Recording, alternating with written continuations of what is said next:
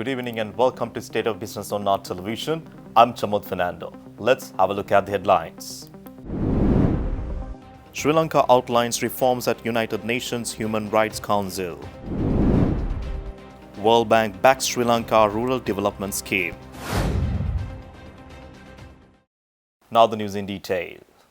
United Nations High Commissioner for Human Rights Volker Turk has presented his comprehensive report on the human rights situation in Sri Lanka to the Human Rights Council in Geneva. The report contains significant allegations regarding the country's human rights recorded and proposes specific international actions and monitoring mechanisms. The report presented by High Commissioner Volker Turk outlines detailed concerns about human rights developments in Sri Lanka and recommends enhanced international scrutiny interventions. The document addresses various allegations spanning civil liberties, governance issues, and accountability processes. This presentation marks a crucial moment in the ongoing dialogue between Sri Lanka and the UN human rights mechanisms, setting the stage for what is expected to be a robust interactive dialogue session where member states will respond to the findings and recommendations contained in the report. International engagement through my office, through this council and the human rights mechanisms can play an important part in the change Sri Lanka so desperately needs. My office stands ready to assist Sri Lanka on this journey. One example of our work, mandated by the Council, is the Sri Lanka Accountability Project, through which we have built a secure repository of over 105,000 items of evidence, a critical resource for legal processes, justice and truth-seeking. I call on all member states to support this work. I also call on them to cooperate in investigating and prosecuting alleged perpetrators of international crimes committed in Sri Lanka under principles of universal jurisdiction and to explore further sanctions against people credibly accused of gross violations of human rights.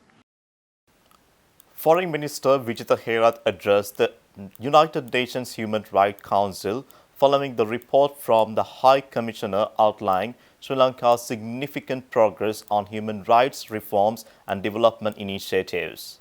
The minister detailed the government's comprehensive anti-corruption drive while thanking the international community for their continued support. Sri Lanka has continued to engage constructively with this council, OSCHR, as well as with the regular human rights mechanisms. Mr. President, developments within less than a year clearly demonstrate our genuine commitment and determination to protect and promote the rights and well-being of all Sri Lankans through our domestic processes. Therefore, the government is opposed to any external mechanism imposed on us, such as the Sri Lanka Accountability Project, which serves to create divisions and complicate the national reconciliation process underway in Sri Lanka. We are committed to working towards a country that respects and celebrates the diversity of its people in line with our domestic legal framework. The government will continue to work in close cooperation with the international community through capacity building and technical assistance in mutually agreed areas to further strengthen these efforts. We urge this Council to take note of the progress made within a short period. We seek your continued support to provide us the time and space that is required to make use of this historic opportunity to advance the rights and well-being of Sri Lankans through national processes. Thank you.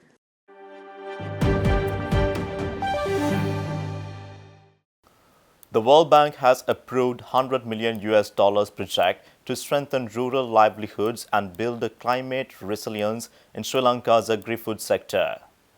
The initiative aims to benefit over 380,000 people across the country while creating new job opportunities for youth and women. The Integrated Urban Development and Climate Resilience Project will directly support 8,000 agri-food producers and improve irrigation and drainage services on 71,000 hectares of land. The project focuses on helping smallholder farmers who produce 80% of Sri Lanka's food adopt modern climate-smart agricultural practices to increase harvests and reduce losses. It will upgrade irrigation systems to help farmers manage water more effectively, aimed unpredictable rainfall patterns and extreme weather events. The initiative also aims to generate new rural jobs by strengthening agribusiness value chains and expanding market access with a target of attracting 17 million US dollars in private investment. The project will enhance agriculture data systems, improve food safety standards, and expand access to crop insurance while investing in climate resilient infrastructure. Treasury Secretary Dr. Harshana Surya Perimal stated that the project complements the government's vision of achieving sustainable economic growth through enhanced agricultural productivity and rural development. World Bank Division Director David Sislin emphasized that the project combines climate-smart farming with market access and private finance to help farmers succeed despite climate challenges.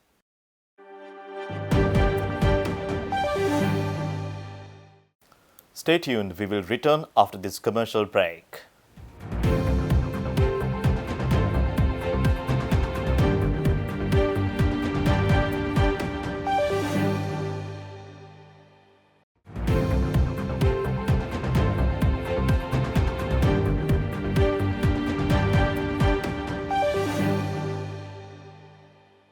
Welcome back. Industry Minister Sunil Handunnethi has convened a strategic meeting with export development officers from 3 provinces to review regional export targets and development strategies. The discussion aimed to align regional efforts with national export objectives. The meeting held at the Export Development Board premises focusing on upgrading provincial officers on Sri Lanka's overall export direction and renewing progresses toward regional targets. Minister Handunnethi emphasized the importance of coordinated efforts between central and regional authorities to achieve national export goals.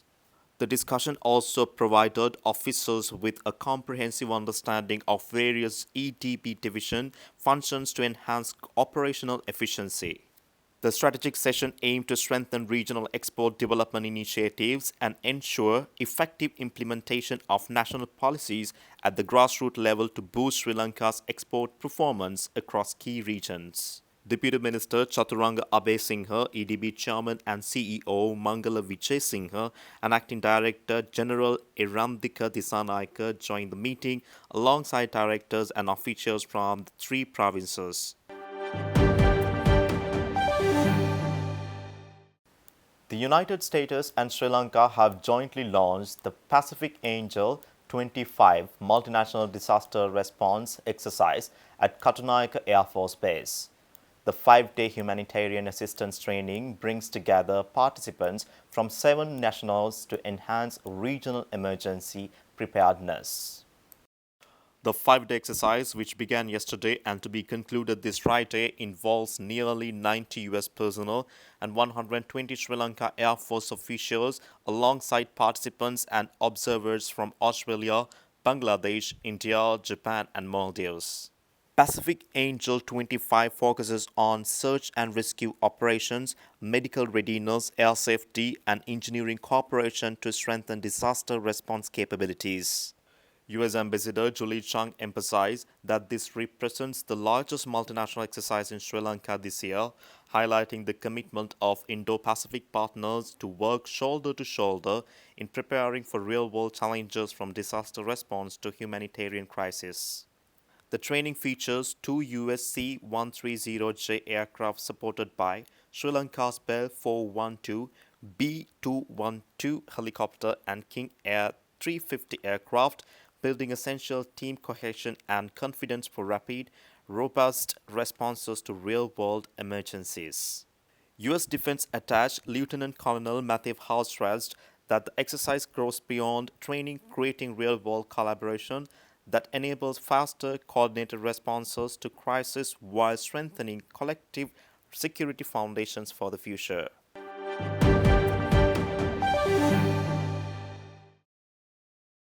McLaren's Group and Global Innovation Gain 3 million celebrated 6 years of partnership in Colombo, highlighting their commitment to bringing to world-class technologies to Sri Lankan industries. The event recognized loyal customers and showcased new innovations, including unique foray into the music industry. The premium event held under the theme Powering Performance Through Innovation, celebrating partnerships brought together top customers, C-level executives and industry stakeholders. The evening celebrated the 6-year collaboration that has enabled world-class innovations to reach Sri Lankan business across key sectors including construction, automotive, consumer goods and industrial solutions. A dynamic innovation showcase featured live demonstrations of new technologies designed to enhance efficiency, safety, and performance in local industries. Adding a creative dimension, the company announced its partnership with award-winning Sri Lankan artist Umaria Singhawansha, sponsoring her first ever English music video production while integrating 3 million advanced material innovations like Scotch Light reflective material into costume design. Today we are celebrating a milestone of 6 years of business between McLaren's and 3M. It's been a wonderful 6 years for us through many challenging and tough times considering we started this business in 2018. Although we've had turbulent times over the following years from 2018, we've gone from strength to strength and become market leaders in multiple products in all sectors from industrial to construction to automotive to consumer. And what the future holds for Sri Lanka, 3M is going to continue to launch new products and new innovations which science is applied to life.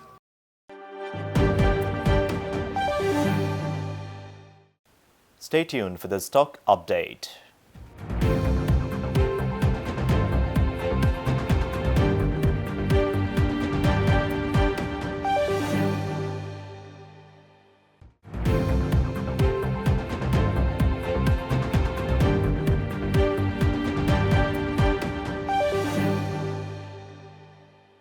Trading at Colombo Stock Exchange at on negative notes today.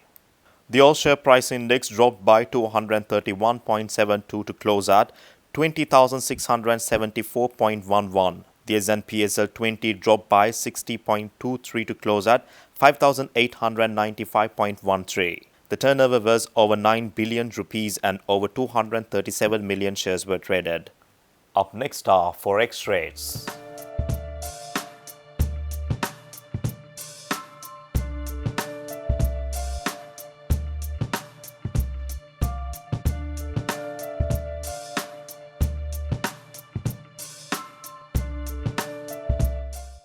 That's all our news for today. For this and more, subscribe our channel on YouTube, follow us on Facebook. Take care and good night.